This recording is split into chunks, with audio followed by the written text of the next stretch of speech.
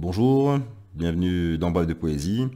Je suis très honoré de présenter le dernier recueil de Parme Cerisay, Femmes d'eau et d'étoiles, publié aux éditions Bleu d'encre, et préfacé par Patrick Deveau, dont je viens de présenter deux émissions. Je vais simplement vous lire en guise d'introduction le début et la fin de la préface de Patrick. Sirène échouée sur le sable et sauvée in extremis, Parme, rescapé du néant, interpelle dans son recueil celui qui l'aidera à faire briller en elle l'étoile aux pulsations sanguines qui l'a sauvée.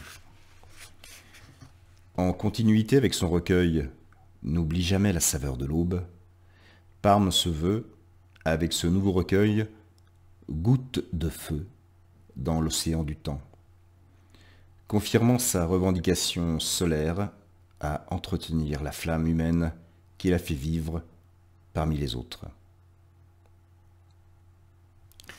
Oui, survivante, puisqu'effectivement, je me permets de le rappeler, puisque c'est cité dans le recueil. Médecin hospitalier, Parme a passé 4 ans sous oxygène et était double greffé des poumons. Donc on ressent toujours ce côté solaire et d'hymne à la vie et à la féminité, à la femme amazone dans ses écritures, dans sa poésie. Donc je vais vous lire quelques extraits. Cette émission donc, se déroulera en 2 parties, afin d'avoir plutôt une bonne représentation en fait de son écriture. Écume de toi. Je te revois. Je revois ton visage, fouetté par les embruns. Tu étais là, debout sur un rocher, à contempler la tombe de Chateaubriand. Tes cheveux vaporeux flottaient dans la légèreté du soir.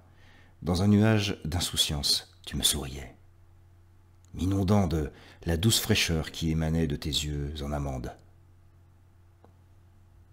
Tu parlais de la mort, tu ne savais pas. Tu étais un enfant.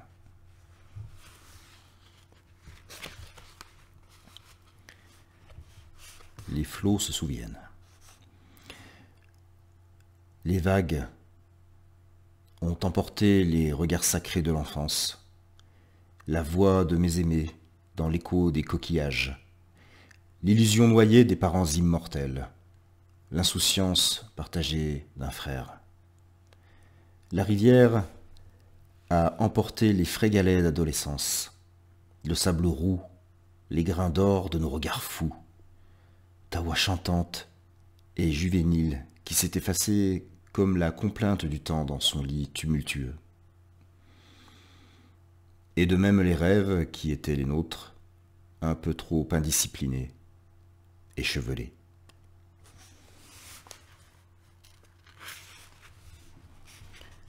Noyer le destin.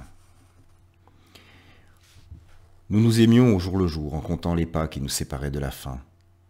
Nous nous aimions dans les ténèbres, dans la nuit qui approchait de nous ses grandes mâchoires. Nous nous aimions au feu de l'aube, dans les pétales neufs des roses qui annonçaient ma renaissance comme des oracles hésitants. Nous nous aimions sous oxygène et les tuyaux de plastique reliaient nos âmes d'anges. Nous nous aimions en dansant, car nous dansions contre le sort, dans des déguisements de fête pour noyer le destin sous des rivières d'or. Nous nous aimions comme des enfants, que nous étions encore, et qui jouent à n'avoir peur de rien, surtout pas de la mort.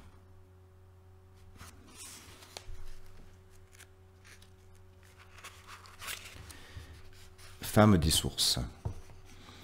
Je me sens de la terre, et infiniment femme, femme des ruisseaux fous, et femme des nuages, femme du crépuscule embrasé de ses flammes, femme de l'aube bleue, des cascades sauvages. Je me sens des névés, des neiges du Vercors, des aurores rosées et de leur brume fraîche, des effluves fruités, extases des nuits d'or, des idylles d'été, des hommes aux peaux de pêche. Je me sens de la vie qui coule dans les sources, de cette passion rousse qui flambe à mes veines, des étoiles qui s'aiment au feu de la grande ours, des regards éternels qui me proclament reine.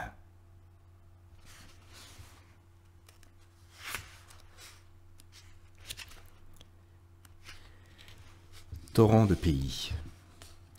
Dans les lueurs du soir, j'irai te retrouver dans les franges d'écume des cascades d'Éden, sur les veines saillantes des feuilles roussies par les assauts du temps qui coule et nous efface.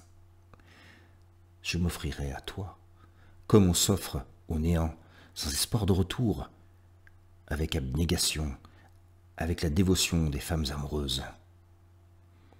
Mes courbes de collines attendront tes mains douces, comme la terre accueille son bon paysan. Je serai ton pays, tu seras mon torrent. L'âme au vent. S'allonger, l'âme au vent, au cœur des pâturages. Parler aux fleurs des prairies, aux neiges éternelles. Se dire que l'été est immortel. Faire l'amour sous les étoiles. Se lever à l'aurore avec le chant des rêves, ne plus exister, en dehors des nuages devenir la brume, l'azur, l'eau des rivières, le soleil et ses éclats givrés sur la peau des glaciers, se dissoudre dans l'éternité.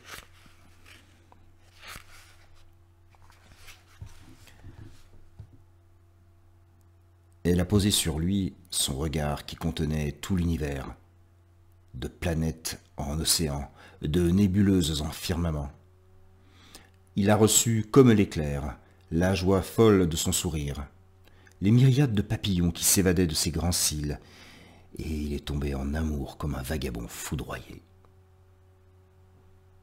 Il le savait, cette femme, c'était la rivière.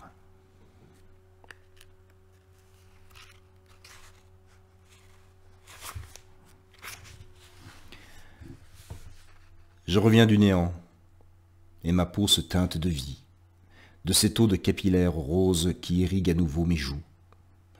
Si le souffle du jour a choisi de me ramener de la nuit, ce que l'étoile du hasard a brillé sur mon corps sourd, elle m'a réveillé de l'étrange sommeil au goût d'absinthe. J'ai senti mes mains engourdies s'accrocher au mur de mort, et j'ai gravi depuis le gouffre tous les échelons de l'espoir. J'ai senti sur mon visage le mistral fou de la Renaissance. J'ai déplié mes ailes frêles, faisant craquer ma chrysalide, et mes os pris dans le givre ont déchiré leur corset sombre. J'ai regardé le destin aux yeux injectés de non-sens, et je lui ai dit « À plus tard !» Et j'ai retrouvé l'océan.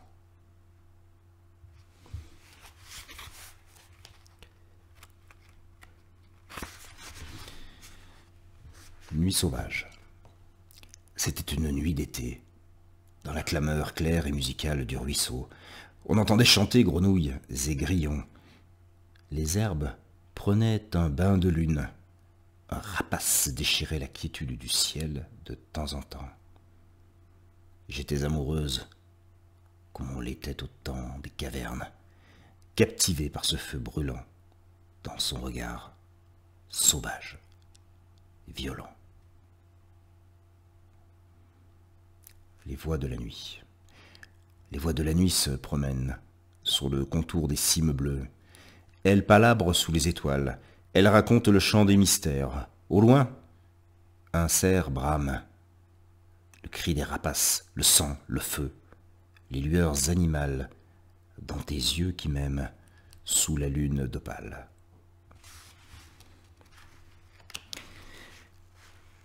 Et un dernier texte pour cette première partie. Après la vague. Les rêves de sable se sont écoulés. La marée a emporté nos joies, mais l'aube s'est levée. Elle m'a souri et je suis resté. La vague a arraché des êtres qui étaient mon oasis de bonheur. Mais les étoiles ont inventé de nouveaux rêves. Je leur ai souri. Je suis resté seul, debout au milieu des décombres de mon existence passée. Alors j'ai regardé le ciel. J'ai humé l'espoir et j'ai senti naître mes ailes. Il me restait ma liberté, du moins une part de celle-ci. J'avais embrassé mon destin. J'étais devenu une Amazone.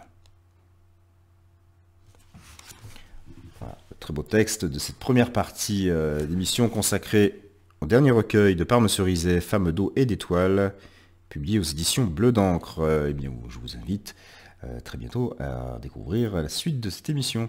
Passez une belle journée ou soirée en poésie. À bientôt.